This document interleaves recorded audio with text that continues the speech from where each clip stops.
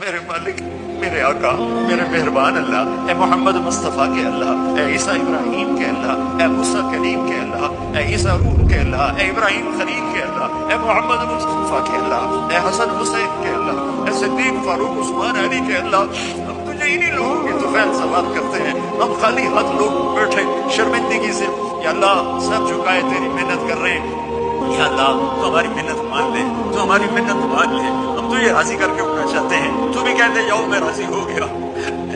ایسا حال کے فرشتوں تم بھی آمین کہہ دو، آج تم بھی آمین کہہ دو، آج دو چار آنسو تم بھی ہمارے ساتھ بہاؤ، ہم بڑی اذیت میں ہیں،